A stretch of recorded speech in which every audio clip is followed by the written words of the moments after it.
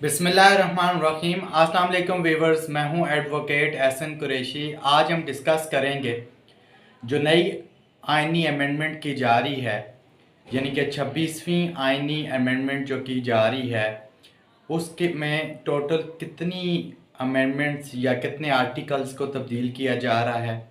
उसके ऊपर डिस्कस करेंगे। और बिलखसूस डिस्कस करेंगे जो नई वफाकी आइनी अदालत का क़याम अमल में लाया जा रहा है, इसके इख्तियारात क्या होंगे,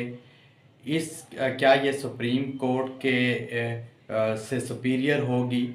और इसका जो चीफ़ जस्टिस है वो कौन होगा, इसके जजेस कौन हो सकते हैं, उनकी क्वालिफ़िकेशन क्या होगी, उनको अपॉइंट कौन करेगा, और उनके जो फैसला जात हैं वो किस किस पर बाइंडिंग होंगे, और जो मौजूदा सुप्रीम कोर्ट हैं क्या उसके फैसला जात वो कॉन्स्टिट्यूशनल कोर्ट पर बाइंडिंग होंगे या नहीं, इसकी हैसियत क्या रह जाएगी इस मौजूदा सुप्रीम कोर्ट की, और रिटायरमेंट एज और क्वालिफ़िकेशन ये क्या है कॉन्स्टिट्यूशनल कोर्ट के जजेस की, और उनको अपॉइंट कौन करेगा, इन सब के ऊपर आज हम डिस्कस करेंगे। इससे पहले कि मैं अपनी वीडियो का बाकायदा आगाज़ करूँ, आपसे गुजारिश है अगर आप मेरे चैनल पर नए हैं तो इस चैनल को सब्सक्राइब कर लें और इस वीडियो को भी ज़्यादा से ज़्यादा लोगों तक शेयर करें ताकि ये मालूमाती वीडियो ज़्यादा से ज़्यादा लोगों तक पहुँचाई जा सके। इस वक्त तक जो नई आइनी तरमीम या जिसको 26वीं आइनी तरमीम का जो मसवदा जो मंजर आम पर आया है, उसके मुताबिक आईन पाकिस्तान 1973 के 50 आर्टिकल्स के अंदर तरमीम की जा रही है, और उसके साथ साथ जो शेड्यूल 3 है, 4, 5 उसको भी अमेंड किया जा रहा है, यानी कि 50 से ज़ायद आर्टिकल्स के अंदर तरमीम की जा रही है। आज हम कॉन्स्टिट्यूशनल कोर्ट के हवाले से जो फेडरल कॉन्स्टिट्यूशनल कोर्ट का क़याम भी अमल में लाया गया है वो किस आर्टिकल के तहत लाया जा रहा है, उसके जजेस कौन होंगे, उसके ऊपर डिस्कस करना है। इस हवाले से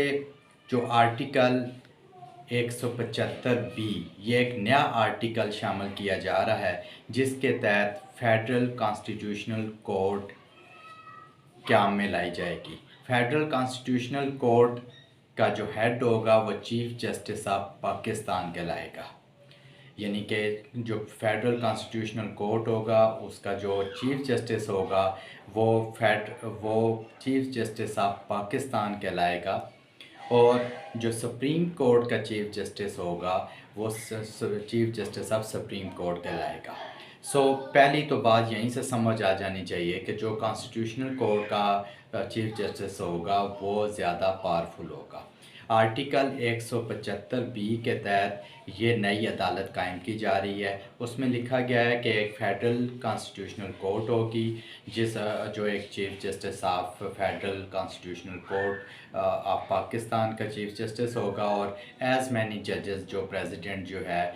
वो जो मजलिस शूरा एक्ट ऑफ मजलिस शूरा के ज़रिए फ़िक्स किया जाएगा, या जब तक एक्ट ऑफ मजलिस शूरा या पार्लियामेंट कोई एक्ट या कानून नहीं बनाती उस वक्त तक जो है सदर जितनी तादाद जो है फ़िक्स करेगा उससे इस कोर्ट के जजेस की वही होगी। अब इसमें एक बड़ी अहम बात उन्होंने लिखी है कि जो कॉन्स्टिट्यूशनल कोर्ट में जजेस की तादाद होगी वो सूबों में इक्वली डिवाइडेड होगी, यानी कि अगर 4 सूबे हैं तो चारों में से अगर 2-2 लेने हैं तो 8 जजेस, अगर 1-1 लेने हैं तो चारों सूबों में से 1-1 जज लिया जाएगा। ये इसके अंदर यानी कि इक्वलिटी होगी, ये नहीं होगा कि पंजाब से ही सारे कॉन्स्टिट्यूशनल कोर्ट के जज लगा दिए जाएंगे, ऐसा नहीं होगा। एक तो ये है। दूसरी जो कौन जज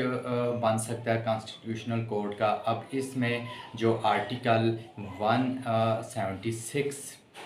ए है ये एक नया आर्टिकल इसी तरह इंसर्ट किया जा रहा है। इस आर्टिकल के तहत जो कॉन्स्टिट्यूशनल कोर्ट का जो जज उसकी क्वालिफ़िकेशन ये है कि जो कोई भी जो सिटीज़न पाकिस्तानी शहरी होगा जिसकी ड्यूअल नेशनलिटी नहीं होगी, ये तो प्राइम जब बेसिक जो है वो अगर जिसकी ड्यूअल नेशनलिटी है वो नहीं हो सकता, कॉन्स्टिट्यूशनल कोर्ट का जज नहीं बन सकता। और उसके साथ साथ उन्होंने जो 3 क्वालिफ़िकेशन दी है, एक ये कि वो सुप्रीम कोर्ट का जज हो या रहा हो, हाई कोर्ट का जज हो बतौर 5 साल, बतौर जज हाई कोर्ट 5 साल उसने हाई कोर्ट में बतौर जस्टिस वो है, और 5 साल की सर्विस हाई कोर्ट में हो चुकी है, तो वो भी कॉन्स्टिट्यूशनल कोर्ट का जज लगाया जा सकता है। और तीसरा ये कि जो कोई वकील है जिसकी प्रैक्टिस 15 साल है और वो सुप्रीम कोर्ट का वकील है, तो वो भी कॉन्स्टिट्यूशनल कोर्ट का जज लगाया जा सकता है। ये क्वालिफ़िकेशन है। अब इनकी जो रिटायरमेंट एज है वो 178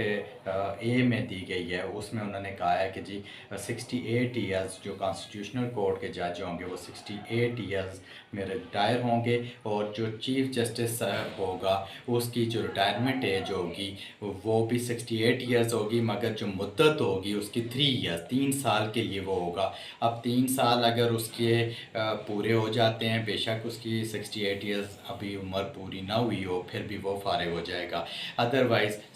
तीन, और सुप्रीम कोर्ट के जस्टिस की भी, जो सुप्रीम कोर्ट ऑफ पाकिस्तान, जो chief justice of supreme court होगा, उसकी भी रिटायरमेंट एज जो है वो जो मुद्दत मुलाजमत है वो 3 ईयर्स कर दी गई है कि 3 साल के बाद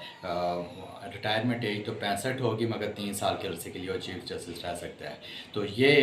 उसके वाले से, और इसके इख्तियारात सबसे ज़्यादा होंगे और सुप्रीम कोर्ट पर बाइंडिंग होंगे कॉन्स्टिट्यूशनल कोर्ट के इख्तियारात। इसके अलावा तमाम अदर कोर्ट्स पर भी इनके इख्तियारात बाइंडिंग का जो फैसला जात हैं वो बाइंडिंग होंगे। सो ये एक सुपीरियर कोर्ट होगी। Thank you.